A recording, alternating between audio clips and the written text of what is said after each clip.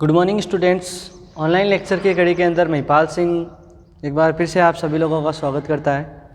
यहाँ पे आज अपन जो एंडोक्राइन ग्लैंड्स पढ़ रहे हैं उनके अंदर ही एक स्पेसिफिक ग्लैंड है पेनक्रियाज, जिसके बारे में आज अपन स्टडी करने जा रहे हैं। देखो, पेनक्रियाज काफ़ी महत्वपूर्ण ग्लैंड है जिसके अपन जब सेकेंड ईयर के अंदर जब डायबिटीज़ पढ़ेंगे तब इसका अपन जिक्र करेंगे। तो आज अपन बात करेंगे पेनक्रियाज के बारे में।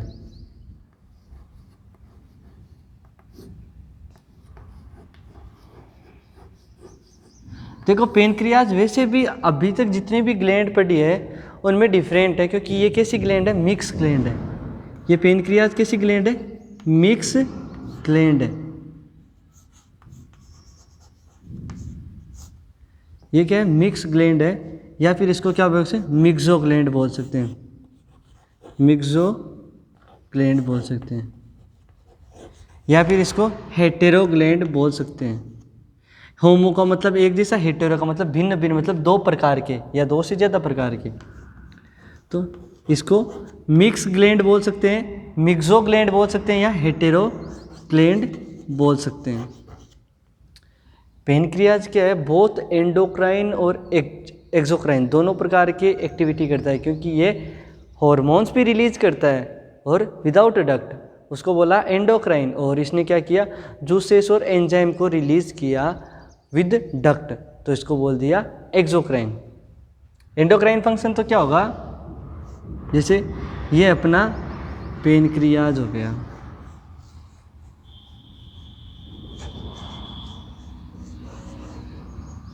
ये अपना पेनक्रियाज हो गया। इस पेनक्रियाज में क्या होता है? एक होती है डक्ट,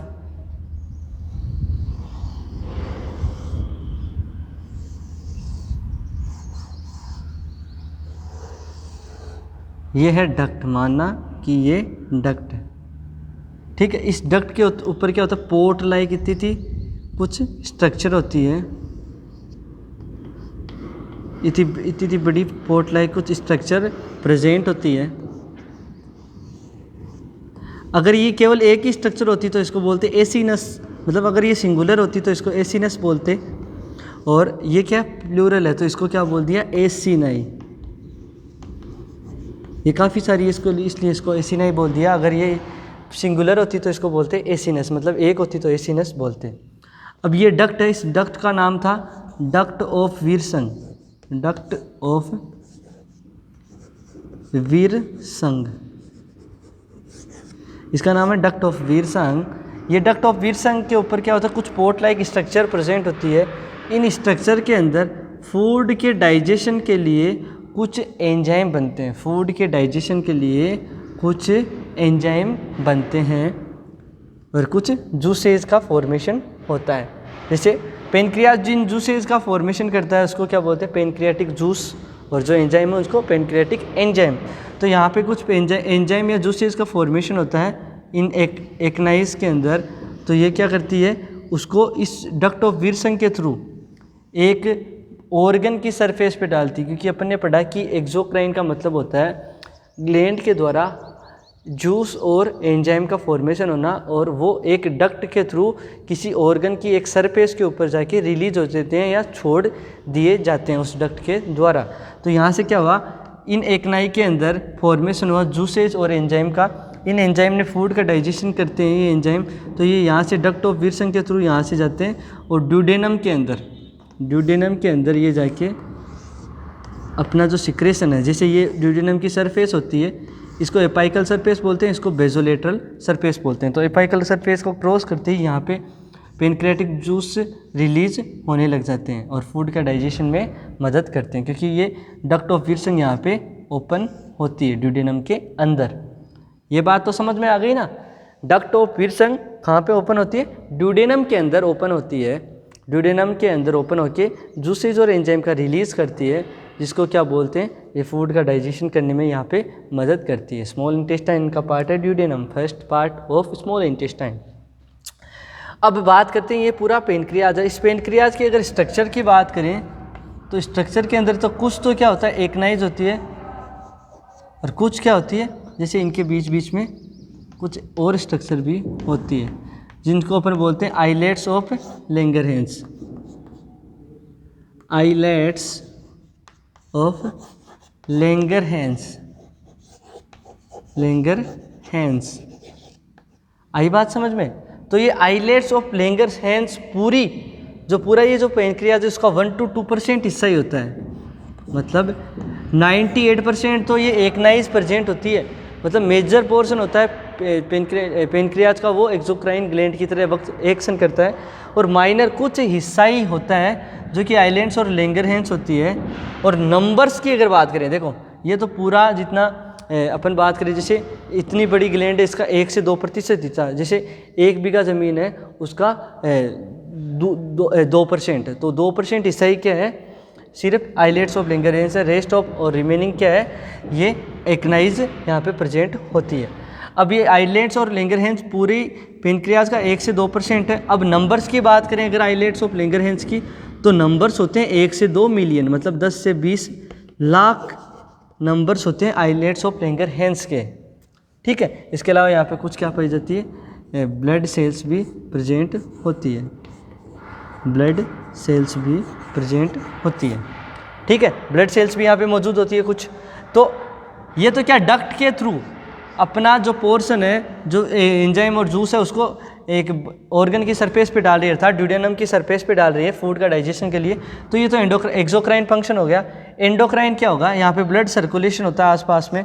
तो ये आइलेट्स ऑफ लैंगरहैंस क्या करती है, विदाउट एनी डक्ट, ये पहले क्या करती है, इंटरस्टिशियल स्पेस होता है, इस स्पेस के अंदर क्या करती है, अपना जो सिक्रेशन है वो रिलीज करती है, फिर इंटरस्टिशियल स्पेस से वो सिक्रेशन चला जाता है ब्लड के अंदर। तो ये फंक्शन हो गया एंडोक्राइन, कि आइलेट्स ऑफ लैंगरहैंस ने अपना सिक्रेशन रिलीज किया इंटरस्टिशियल स्पेस में, और इंटरस्टिशियल स्पेस से ये कहाँ चला गया, ये ब्लड वेसल्स के अंदर चला गया, और ब्लड वेसल्स में विदाउट डक्ट गया, तो इसको बोला एंडोक्राइन फंक्शन।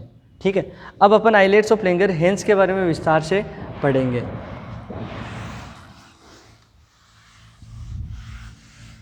एक्नाइज के बारे में बात हो गई, डक्ट ऑफ विल्सन के बारे में बात हो गई।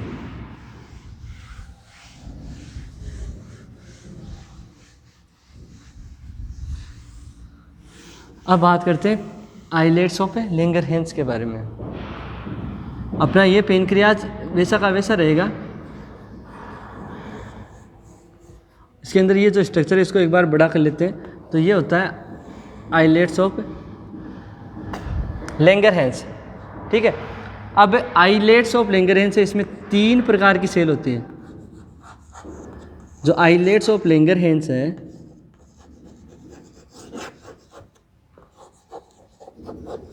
इसमें 3 प्रकार की सेल्स मौजूद होती है, प्रेजेंट होती है। अब वो 3 सेल कौन कौन सी है, मान लिया ये पेरीफेरी के अंदर ये थोड़ी बड़ी थी, मैंने बड़ी बड़ी बनाई है, आपको डिफ्रेंशिएट नहीं कर सकता ऐसे चौक से। फिर ये कुछ ऐसी स्ट्रक्चर बना दी, फिर कुछ छोटी छोटी स्ट्रक्चर बना दी। ठीक है, तो मैंने इन सेल्स को नाम दिया अल्फा सेल। ठीक है, ये टोटल अभी बात की थी अपन ने कि पेनक्रियाज के अंदर 1 to 2% ही आइलेट्स ऑफ लैंगरहैंस होती है, लेकिन नंबर्स 1 से 2 मिलियन होते हैं, 10 से 20 लाख होते हैं। अब देखो, अब यहाँ पे आइलेट्स ऑफ लैंगरहैंस के अंदर चले तो वहाँ पे 3 प्रकार की सेल होती है, अल्फा सेल, और फिर अपन ने इनको नाम दिया बीटा सेल। ठीक है, फिर इन छोटी सी ये पिद्दू सी इनको दे दिया डेल्टा सेल। इनको क्या नाम दे दिया, डेल्टा सेल्स। ठीक है, अल्फा बीटा और डेल्टा सेल इनको नाम दे दिया। अब बात करें टोटल जो ये है आइलेट्स ऑफ पेनक्रियाज, इसका टोटल सरफेस है, टोटल जो एरिया है इसके अंदर मैक्सिमम जो 80% जो सेल्स होगी वो होगी अल्फा सेल, 15% सेल होगी वो होगी बीटा सेल, और ओनली 5% होगी डेल्टा सेल। इतनी सी बात समझ में आ गई। ठीक है, अब बात करें अल्फा सेल। तो अल्फा सेल रिलीज करती है ग्लूकागोन। वहीं पे बीटा सेल रिलीज करती है इंसुलिन, और डेल्टा सेल है वो करती है सोमेटोस्टेटिन।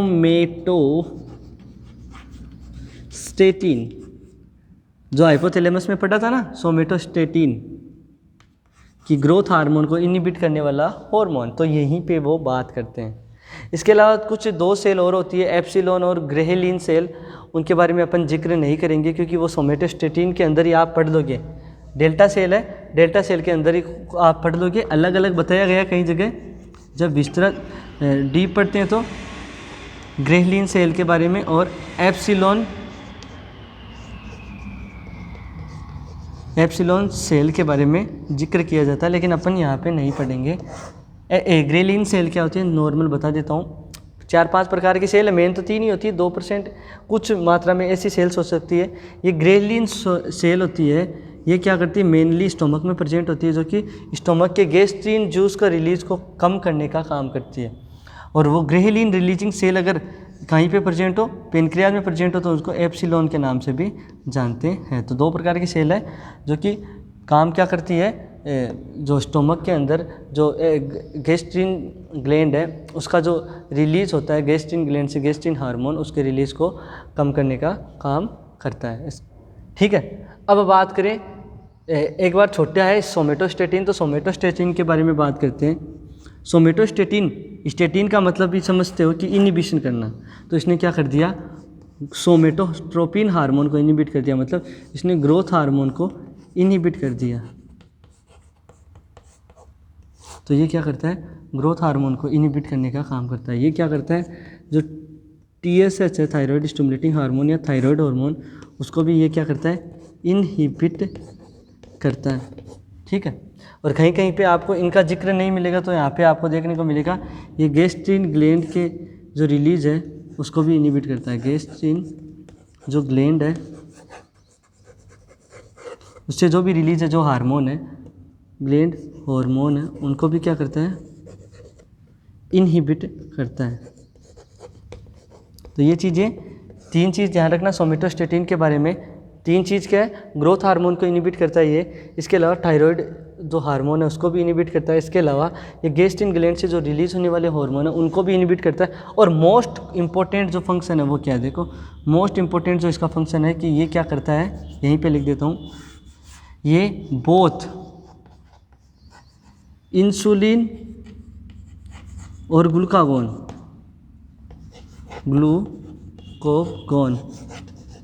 दोनों के लेवल को क्या करता है, डिक्रीज करता है इंसुलिन और ग्लूकागोन को। ये और महत्वपूर्ण है, सबसे महत्वपूर्ण चीज़ यही है।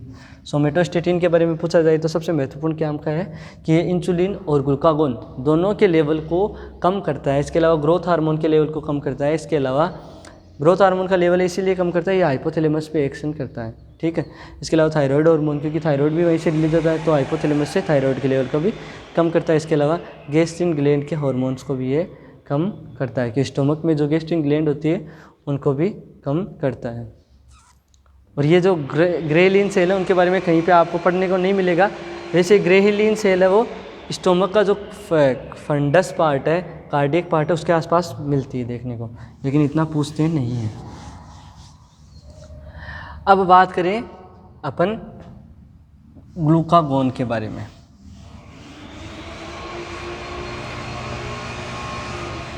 ग्लूकागोन का क्या काम होता है, देखो ग्लूकागोन क्या करता है, नाम से पता चलता है कि ग्लूकोज के लेवल को ब्लड में बढ़ाता है। तो ये क्या करेगा, इंक्रीज करेगा ब्लड ग्लूकोज लेवल को, ब्लड ग्लूकोज लेवल को। अब ब्लड ग्लूकोज लेवल कैसे इंक्रीज करेगा ये बताता हूँ। पहला काम तो क्या है, ये क्या करेगा, ग्लाइकोजन प्राइमरीली जो इसकी साइट है, ग्लूकागोन की प्राइमरीली जो अफेक्टर साइट है, एक्शन साइट है, वो होगा लीवर के अंदर। ये होता है लीवर के अंदर हिपेटोसाइट सेल्स मौजूद होती है, हिपेटोसाइट्स सेल मौजूद होती है। ये हिपेटोसाइट सेल्स क्या करती है, ग्लूकोज को स्टोर करती है ग्लाइकोजन के फॉर्म में। किस फॉर्म में, ग्लाइकोजन के फॉर्म में। और ये मैक्सिमम हिपेटोसाइट मैक्सिमम 150 ग्राम तक ग्लाइकोजन को स्टोर कर सकती है। और अपना पूरा बॉडी है वो टोटल 500 ग्राम, वूल जो बॉडी है वो टोटल 500 ग्राम ग्लूकोज को ग्लाइकोजन के फॉर्म में स्टोर कर सकता है, स्टोर कर सकता है। तो 350 ग्राम कहाँ स्टोर होगा? रिमेनिंग या रेस्ट ऑफ जो 350 ग्राम है वो अपना मस्कुलोस्केलेटल सिस्टम है ना, मस्कुलोस्केलेटल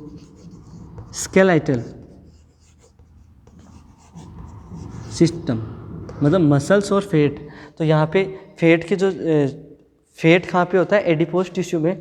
तो एडिपोसाइट सेल्स होती है यहाँ पे। मस्कुलोस्केलेटल सिस्टम क्या करता है? 350 ग्राम फेट को जो ग्लाइकोजन है उसको स्टोर रखता है। अब मस्कुलोस्केलेटल सिस्टम में भी कुछ सेल्स होती है, उन सेल्स को अपन क्या बोलते हैं? Adipocyte cell. तो आपको पूछा जाए कि बॉडी के अंदर मैक्सिमम कितना ग्लूकोज का स्टोर हो सकता है ग्लाइकोजन के रूप में, तो 500 ग्राम। उसमें से प्राइमरी साइट क्या है ग्लूकागोन के काम करने की? तो है हिपेटोसाइट सेल। हिपेटोसाइट सेल 150 ग्राम तक अधिकतम ग्लाइकोजन को स्टोर कर सकती है। और रेस्ट ऑफ जो 350 है वो मस्कुलोस्केलेटल सिस्टम के अंदर, मसल्स के अंदर क्या होगा? कुछ सेलों की एडिपोसाइट सेल्स उनमें स्टोर रहता है। तो ये बात भी ध्यान में रखनी है। अब ये क्या करता है देखो, अब इसने क्या किया? ग्लाइकोजन को तोड़ेगा ये ग्लूकोज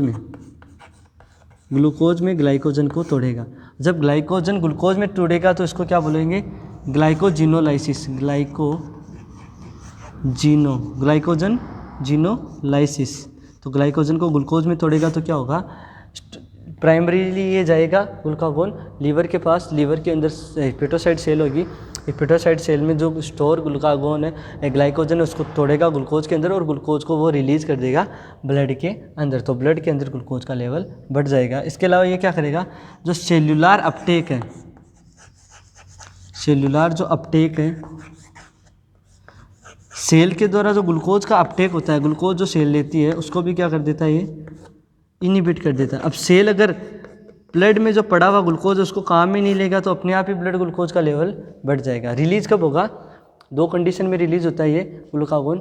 एक कंडीशन तो क्या होती है ग्लूकागोन के रिलीज़ होने की कि आप फास्टिंग कर रहे हो। फास्टिंग करते हो तो ग्लूकोज का लेवल कम होता है। तो ग्लूकोज का लेवल कम होता है, वहाँ पे ये क्या करता है? ग्लाइकोजन को ग्लूकोज में तोड़ता है। और ग्लाइकोजन अगर ग्लूकोज में टूट गई, उसके बाद में भी पूरी एनर्जी नहीं मिली, तो ये क्या करेगा? फैट को ग्लूकोज में तोड़ेगा, प्रोटीन को ग्लूकोज में तोड़ेगा तो प्रोटियोलाइसिस होगा। फैट को अगर ग्लूकोज में तोड़ेगा तो उसको लिपोलाइसिस बोलेंगे। और जब भी लिपिड का ब्रेकडाउन होगा तो उसमें कीटोन बॉडीज़ का फॉर्मेशन होता है। और कीटोन बॉडीज़ के जो फॉर्मेशन को अपन चेक कर लेते हैं यूरिन के अंदर। तो यूरिन के अंदर कीटोन बॉडीज़ का लेवल चेक करने के लिए अपन टेस्ट करते हैं बेनेडिक्ट टेस्ट।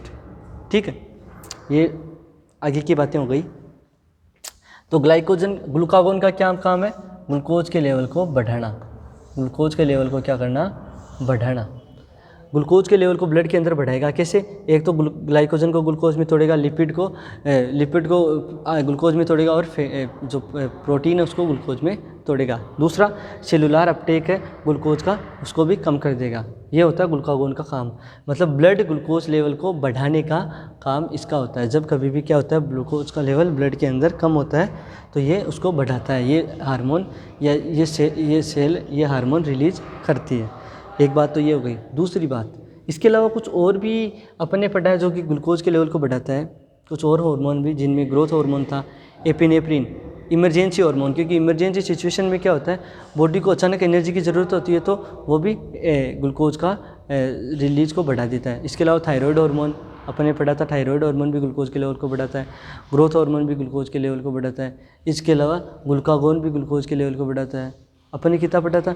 एड्रिनल ग्लैंड से कोर्टिसोल जो रिलीज हो रहा था वो भी ग्लूकोज के लेवल को बढ़ा रहा था। तो 5 और इसके अलावा 5 और हैं ये जो कि ग्लूकोज के लेवल को बढ़ाता है। ये हार्मोन है जो ग्लूकोज के लेवल को बढ़ाते हैं, जिनमें glucagon primary, growth hormone secondary, glucagon, growth hormone, thyroid hormone, adrenal से कोर्टिसोल, इसके अलावा एपिनेफ्रिन। तो ये 5 हो गए, गिना दिए ना। Growth hormone, glucagon, thyroid hormone और कोर्टिसोल और एपिनेफ्रिन, समझ के। तो ये हार्मोन क्या करते हैं, ग्लूकोज के लेवल को ब्लड में बढ़ाते हैं। ये होता है ग्लूकागोन का काम। और इसके अलावा दो दूसरे हार्मोन जो ग्लूकोज के लेवल को बढ़ाते हैं उनका नाम भी बता दिया।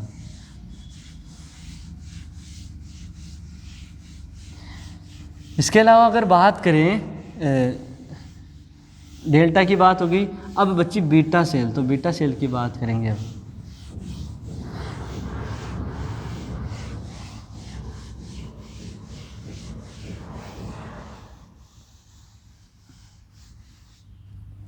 बीटा सेल क्या करती है, रिलीज करती है इंसुलिन को। जो बीटा सेल है वो रिलीज करती है इंसुलिन को।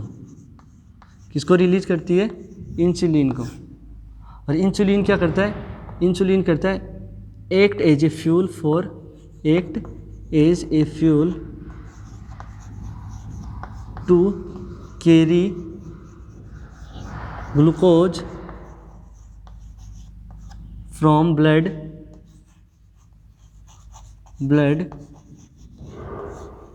To sales.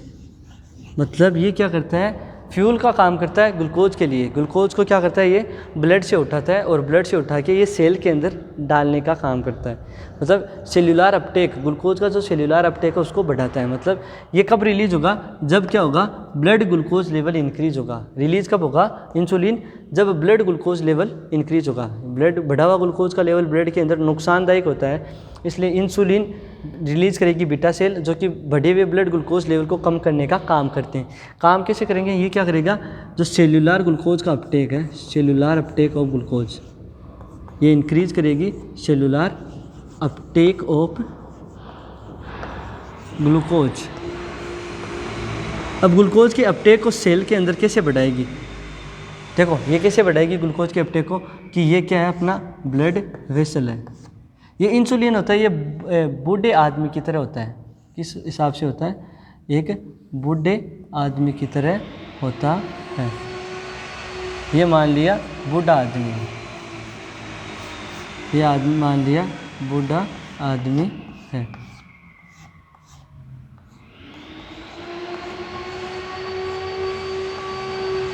ये मान लिया बूढ़ा आदमी है, तो ये इंसुलिन इस बूढ़े आदमी की तरह होता है। ये बूढ़ा आदमी जैसे अपने बूढ़े लोग लड़कियों को क्या कहते हैं कि लड़कियां गली के अंदर ना घूमें, लड़कियां गली के अंदर नहीं घूमनी चाहिए। उनको कहता है तुम घर पे चली जाओ, गली में क्यों घूम रही हो, ठीक है। तो ये क्या करता है, यहाँ पे लड़कियां कौन है, लड़कियां यहाँ पे कौन है,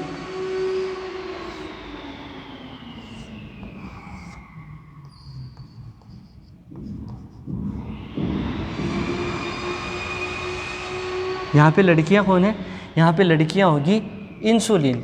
लड़कियाँ कौन है, इंसुलिन है। और गलियाँ कौन है, ब्लड वेसल, ब्लड वेसल। कि इंसुलिन एक क्या है, बूढ़े आदमी की तरह, ये क्या है, इंसुलिन है। इंसुलिन एक बूढ़े आदमी की तरह होता है जिसको लड़कियाँ गली में घूमती हुई पसंद नहीं है। ये कहता है गली में क्यों घूम रहे हो, घर पे जाओ ना। तो ये क्या करता है, यहाँ पे जो ग्लूकोज जो ब्लड वेसल्स के अंदर है उसको सेल के अंदर, घर कहाँ है, घर है सेल, सेल के अंदर भेजने का काम करता है। अब कौन सी सेल में भेजेगा, ये क्या करेगा, बॉडी की जो सेल होगी जहाँ पे इंसुलिन के रिसेप्टर प्रेजेंट होंगे। बॉडी की सेल्स होती हैं उनमें इंसुलिन के रिसेप्टर होते हैं। तो ये इंसुलिन क्या करता है, पहले उन रिसेप्टर से जाके जुड़ता है, रिसेप्टर से जुड़ के ये सेल के अंदर जाता है। सेल के अंदर कुछ जीन प्रेजेंट होते हैं, जीन स्थित होते हैं, लोकेटेड होते हैं। इन जीन को एक्टिवेट करता है, इन जीन को बोलता है भाई साहब आप क्या करो, ट्रांसक्रिप्शन करो और फिर ट्रांसलेशन करो। मतलब ये क्या करेगी जीन, डीएनए, तो जीन से डीएनए से क्या बनेगा, एमआरएनए बनेगा और एमआरएनए से प्रोटीन बनेगा। तो प्रोटीन क्या करेगा, वो यहाँ पे प्रोटीन आएगी कुछ सेल के अंदर, यहाँ पे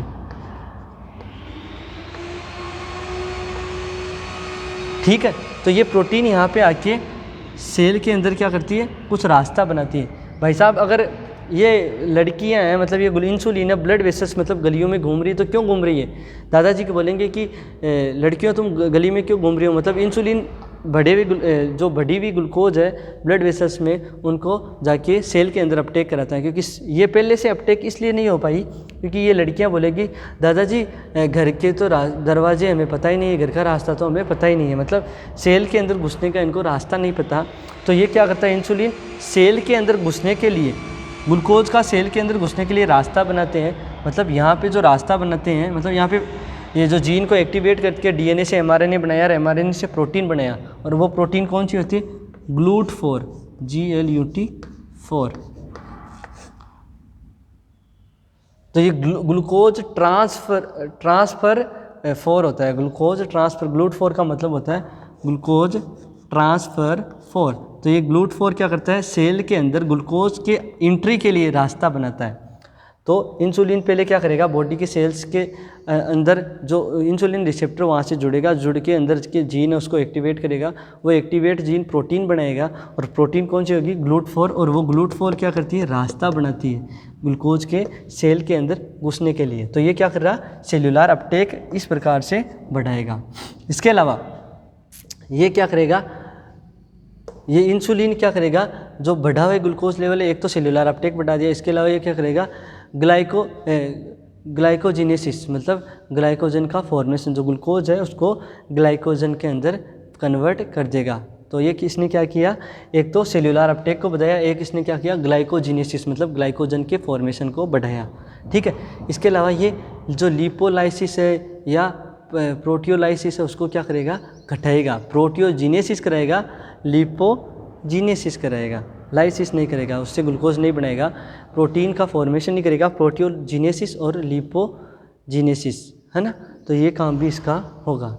ठीक है, तो अब देखो अब क्या हुआ, लिपोजिनेसिस किया इसने, और इसने क्या किया, लिपोजिनेसिस और ग्लाइकोजिनेसिस और प्रोटियोजिनेसिस। इसके अलावा सेलुलर अपटेक को बढ़ाया, सेल के अंदर ग्लूकोज के एंट्री को बढ़ा दिया। इसके अलावा जो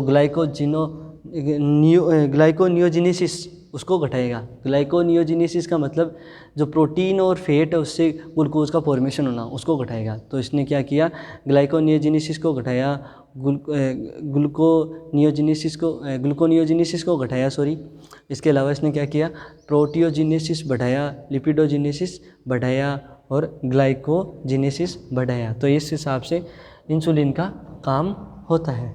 ठीक है, अब देखो क्या होता है, कई बार क्या होता है कि इंसुलिन की कमी आ गई, तो कमी की वजह से क्या हो जाता है, अपने हो जाती है डायबिटीज मेलाइटस। अपने काम बता दिया ना इंसुलिन का क्या काम है, बढ़े हुए ग्लूकोज लेवल को घटाना। अब कैसे कैसे घटाता वो मैंने आपको बता दिया कि कैसे कैसे घटाता है।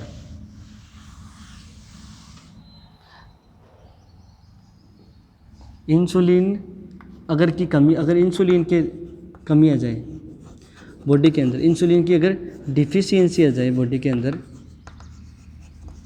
तो होती है डायबिटीज मेलाइटस। ये दो प्रकार की होती है, एक होती है जुवेनाइल,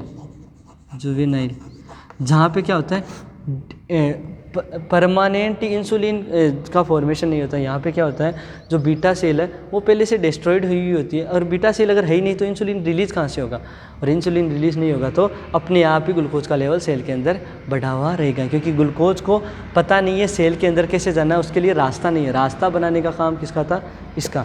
तो यहाँ पर एक तो परमानेंट ही क्या है, ग्लूकोज बीटा सेल डिस्ट्रॉयड है जुवेनाइल डायबिटीज़ मेलाइटस में। जो बीटा सेल डिस्ट्रॉयड है तो ग्लूकोज का इंसुलिन का फॉर्मेशन ही नहीं होगा, एब्सोल्यूट डिफिशियंसी ऑफ इंसुलिन।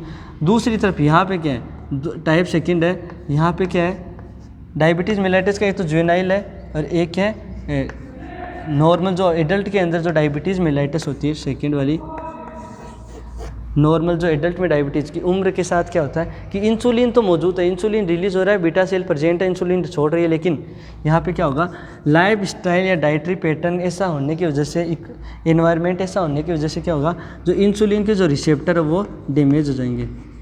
अब इंसुलिन के रिसेप्टर डैमेज हो जाएंगे तो क्या होगा, इंसुलिन होते हुए भी कुछ कर नहीं पाएगा, इंसुलिन के जो रिसेप्टर है वो डैमेज हो जाएंगे, जिसकी वजह से क्या होगा, ये सेल के अंदर किसका अपटेक नहीं हो पाएगा इंसुलिन का। ठीक है, सेल के अंदर इंसुलिन का अपटेक नहीं हो पाएगा, ग्लूकोज का अपटेक नहीं हो पाएगा इंसुलिन होने के बावजूद, क्योंकि रिसेप्टर सेल के अंदर जो मौजूद है वो डैमेज हो चुके हैं। अब इंसुलिन रिसेप्टर नहीं होगा तो यहाँ पे क्या होगा कि भाई साहब ग्लूकोज तो क्या हो रहा है, सेल के अंदर जा नहीं रहा।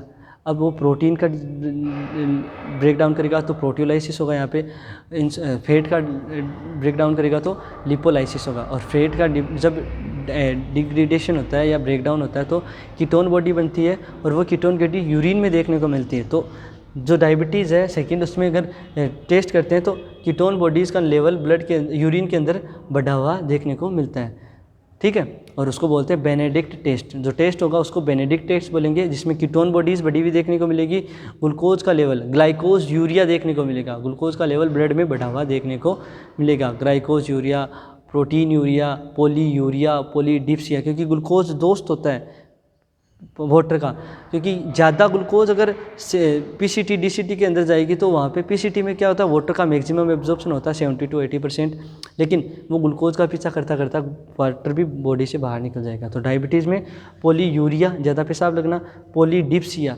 ज़्यादा प्यास लगना, थ्रस्ट लगना, और पॉलीफेजिया ज़्यादा भूख लगना, ये सिम्टम्स आते हैं। इसके अलावा बेनेडिक्ट टेस्ट करें तो ग्लूकोज का लेवल चेक किया जाता है। इसके अलावा कीटोन बॉडीज़ का लेवल वहाँ पे बढ़ावा देखने को मिलता है बेनेडिक्ट टेस्ट में।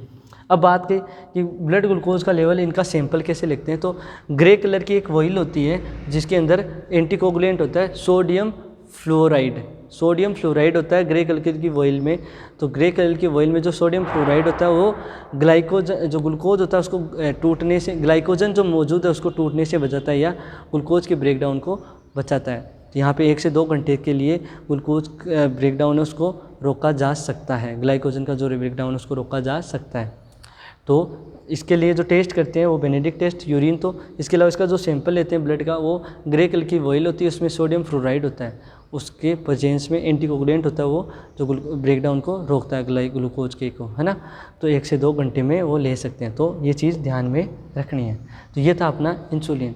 तो पेनक्रियाज छोटा सा था जिसके बारे में अपन ने ब्रीफली डिस्कस कर लिया। ये था अपना पेनक्रियाज। अब नेक्स्ट क्लास के अंदर अपन रिप्रोडक्टिव है जो गोनेट्स वगैरह हैं उनके बारे में बात करेंगे। तब तक के लिए धन्यवाद।